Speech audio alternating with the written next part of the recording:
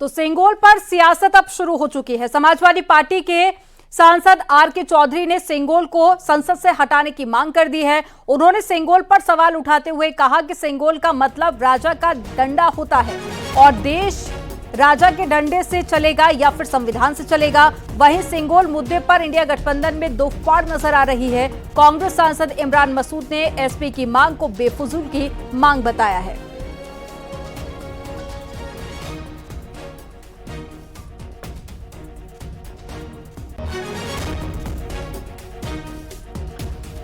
तो नए संसद भवन में सेंगोल को स्थापित किया गया था और अब जब तीसरी बार प्रधानमंत्री नरेंद्र मोदी बने हैं, ऐसे में संसद का सत्र शुरू हुआ तो सेंगोल पर भी अब सियासत शुरू हो चुकी है। अब ऐसे में इंडिया गठबंधन में दो फाड़ नजर आ रही है।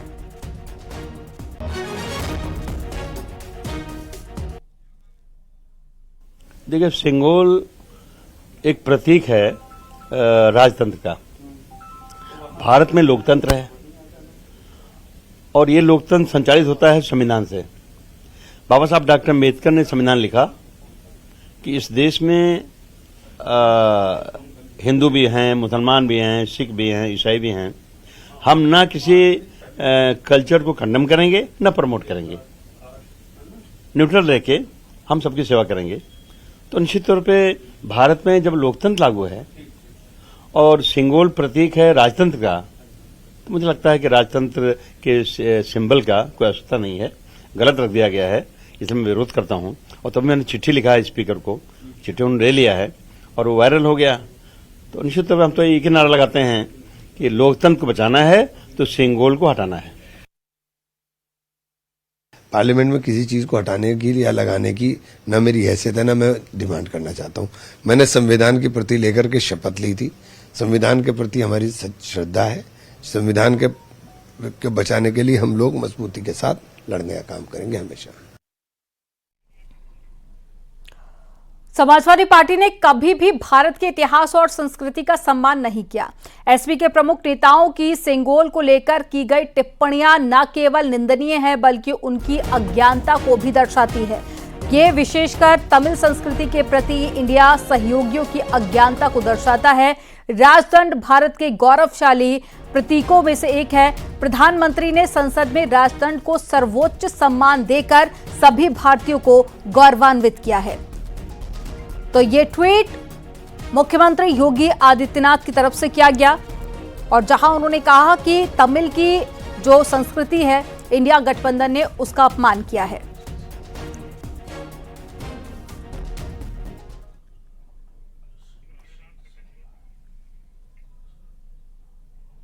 सेंगोल पर सियासी संग्राम मचने के बाद में एसपी के नेता गोलमोल जवाब दे रहे हैं। अखिलेश यादव ने कहा कि सेंगोल पर उनकी राय वही है जो पहले थी। वहीं अवधेश प्रसाद ने कुछ भी बोलने से वो बचते हुए नजर आए। मुझे लगता है कि हमारे सांसद इसलिए कह रहे होंगे कि जब पहली बार लगा था तो प्रधानमंत्री जी ने बाकायदा प्रणाम किया था। इस बार शपथ लेते समय शायद वो भूल गए। उसी को याद दिलाने के लिए लगता है मेरे पार्टी के सांसद ने कुछ इस तरह का पत्र लिखा है। तो आपकी क्या राय है? नहीं, देखिए जो राय उस समय मेरी थी मैंने ट्वीट किया था। आप मेरी राय आर्काइव से निकाल करके सब चैनलों पे चलाइए। तो अब अभी जो है रहना चाहिए, अभी रहना चाहिए। मैंने क्या कहा जब प्रधानमंत्री जी ही प्रणाम करना भूल गए तो इसका मतलब उनकी भी इच्छा कुछ और। I have nothing to say. I have nothing to comment. I have nothing to say. I have nothing to say any word for your question. आपको पर्सनली क्या इस पर लगता है कि अरे भाई ये कहते हैं I have nothing to say। जब मैंने कह दिया है कि हमें इस पर कुछ नहीं कहना, हमें कुछ नहीं कहना उस पर। चलिए जल्दी है। बयान ठीक है कि नहीं है सर आपके साथ? अब हम जब कह रहे हैं कि हमें कुछ कहना नहीं है। समाजवादी पार्टी की सेंगोल को संसद से हटाने की मांग पर बीजेपी ने करारा हमला बोला। बीजेपी नेता शहजाद पूनावाला ने इसे समाजवादी पार्टी का भारतीय संस्कृति पर हमला बताया और कहा कि अगर राजा का दंड था तो नेहरू जी ने क्यों स्वीकारा था।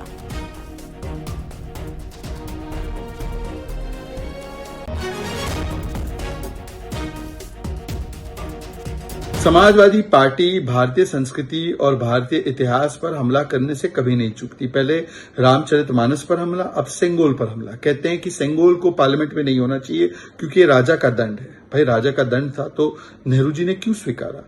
और ये भारतीय संस्कृति, तमिल संस्कृति का एक बहुत बड़ा हिस्सा है। क्या ये तमिलनाडु का अपमान नहीं है? क्या डीएमके इस अपमान को स्वीकारता है? ये वही मानसिकता है जिसने सेंगोल को कई वर्षों तक वॉकिंग स्टिक बनाकर रख दिया था।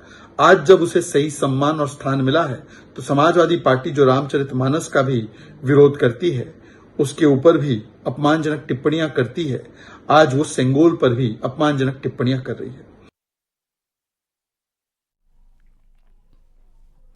अधिकारियों को सीएम योगी आदित्यनाथ ने निर्देश दिए हैं, दिसंबर 2024 तक तैयार कर ले गंगा एक्सप्रेसवे।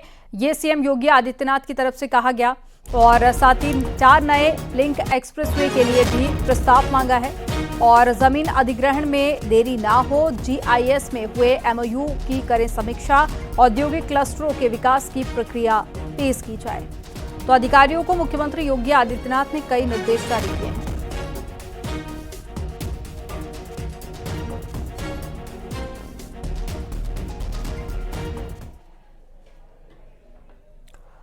राहुल गांधी ने ओम बिरला से मुलाकात की, संसद भवन में मुलाकात की और कई विपक्षी नेता भी इस दौरान मौजूद रहे। नीट पेपर लीक पर चर्चा की मांग की है। एक बड़ी खबर आपको बता रहे हैं, राहुल गांधी ने स्पीकर ओम बिरला से मुलाकात की है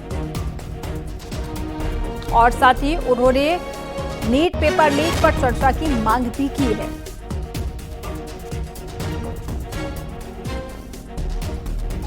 तो संसद में ओम बिरला से मुलाकात की है राहुल गांधी ने और नीट को अब विपक्षी पार्टियां संसद में उठाने की मांग कर रहे हैं।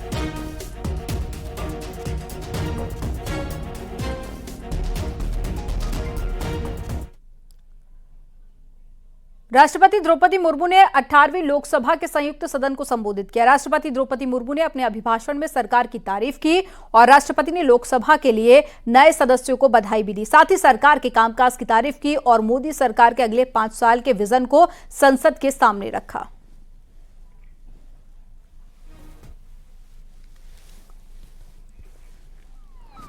तस्वीरें आपको दिखा रहे हैं, ये कुछ देर पहले की तस्वीरें हैं जब राष्ट्रपति ने प्रवेश किया, उसके बाद में गार्ड ऑफ ऑनर दिया गया और उसके बाद में उनका अभिभाषण हुआ। तो पिछले कार्यकाल में क्या कुछ बड़ी उपलब्धियां रही, इसके अलावा आगे का क्या कुछ विजन रहा, ये अभिभाषण में राष्ट्रपति ने बताया। 2024 के लोकसभा चुनाव की चर्चा आज पूरी दुनिया में हो रही है। दुनिया देख रही है कि भारत के लोगों में लगातार तीसरी बार स्थिर और स्पष्ट बहुमत की सरकार बनाई है।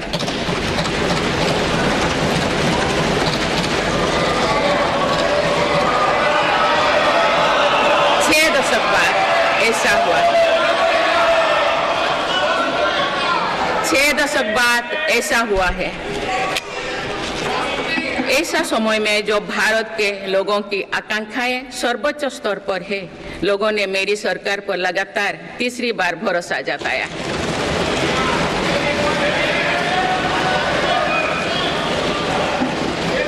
भारत के लोगों को ये पूर्ण विश्वास है कि उनकी आकांक्षाएं सिर्फ मेरी सरकार ही पूरा कर सकती है।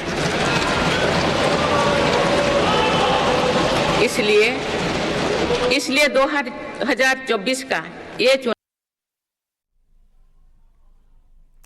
राष्ट्रपति द्रौपदी मुर्मू ने आज संसद में अपने अभिभाषण में पेपर लीक का जिक्र किया। उन्होंने कहा कि पेपर लीक की निष्पक्ष जांच होगी और दोषियों को कड़ी सजा दी जाएगी। उन्होंने इस बात पर भी जोर दिया कि पेपर में परीक्षा में पारदर्शिता और निष्पक्षता बहुत जरूरी है। उन्होंने ये भी कहा कि पेपर लीक के खिलाफ कड़ा कानून बनाया जाए। हाल ही में कुछ परीक्षाओं में हुई पेपर लीक की घटनाओं की निष्पक्ष जांच और दोषियों को कड़ी से कड़ी सजा दिलवाने के लिए मेरी सरकार प्रतिबद्ध है। इससे पहले भी हमने देखा है कि कई राज्यों में पेपर लीक की घटनाएं होती रही है। इस पर दलीय राजनीति से ऊपर उठकर देशव्यापी ठोस उपाय करने की जरूरत है। संसद ने भी परीक्षा में होने वाली गड़बड़ियों के विरुद्ध एक सख्त कानून बनाया है। मेरी सरकार परीक्षाओं से जुड़ी संस्थाओं, उनके कामकाज के तरीके, परीक्षा प्रक्रिया सभी में बड़ी सुधार करने की दिशा में काम कर रही है।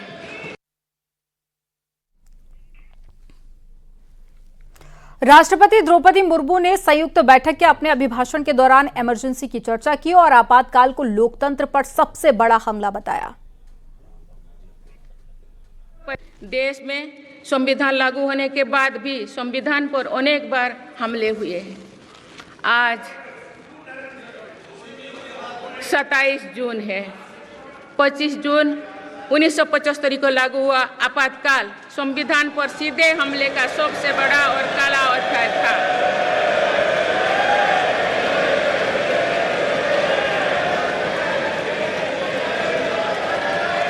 तो पूरे देश में हाहाकार मच गया था, लेकिन ऐसी असंवैधानिक ताकतों पर देश ने विजय प्राप्त करके दिखाया, क्योंकि भारत के मूल में गणतंत्र की परंपराएं रही है। मेरी सरकार भी भारत के संविधान को सिर्फ राजकाज का माध्यम भर नहीं मानती, बल्कि हमारा संविधान जन चेतना का हिस्सा हो, इसके लिए हम प्रयास कर रहे हैं। वहीं राष्ट्रपति के अभिभाषण को लेकर अखिलेश यादव ने क्या प्रतिक्रिया दी, ये भी आपको सुनाते हैं। अगर ये 5वीं दुनिया की अर्थव्यवस्था बनने की जो कहानी बताई जा रही है, क्या हमारा किसान भी उसी तरीके से खुशहाल हो गया? और फिर अगर 5वें नंबर की हमारी अर्थव्यवस्था है, तो इतने बड़े पैमाने पर नौजवान बेरोजगार क्यों हैं? नौकरी क्यों नहीं उनके हाथ में? और फिर अग्निवीर जैसी व्यवस्था आधी अधूरी क्यों लागू करनी पड़ रही है? महंगाई क्यों है इतनी? और जिस तरह से इन्वेस्टमेंट को लेकर के बड़े बड़े सपने दिखाए थे, सरकार कहती है कि हम सर्विस सेक्टर को भी और इन्वेस्टमेंट को भी देख रहे हैं। तो इन्वेस्टमेंट है कहाँ? अगर इन्वेस्टमेंट होता तो हमारी और ग्रोथ दिखाई देती है। लुप्त हो रही रासलीला की परंपरा को बचाए रखने के लिए मथुरा में स्कूली बच्चों को ट्रेनिंग दी जा रही है। यहां पर गीता के प्रचार प्रसार के साथ ही रासलीला सहित विभिन्न गायन, वादन और नृत्य की ट्रेनिंग दी जा रही है। 1 महीने की ये ट्रेनिंग है और स्कूलों में गर्मियों की छुट्टियों के दौरान ट्रेनिंग दी जा रही है। वृंदावन के गीता शोध संस्थान में कुल 35 बच्चों ने रासलीला की ट्रेनिंग ली।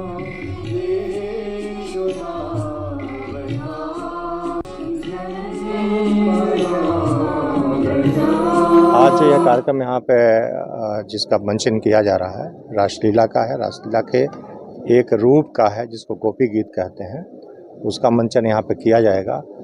और गीता संस्थान अपनी प्रासंगिकता को कितना सिद्ध कर रहा है, इसे आप लोग देख सकते हैं। और यहाँ पर वक्त हो गया एक छोटे से ब्रेक का। आप देखते रहिए न्यूज़ 18।